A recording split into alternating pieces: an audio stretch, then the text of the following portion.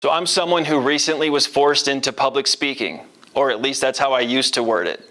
After my first presentation, I stood up there, I hid behind a podium, and I rifled through A, B, C, D, and I couldn't wait to get off the stage.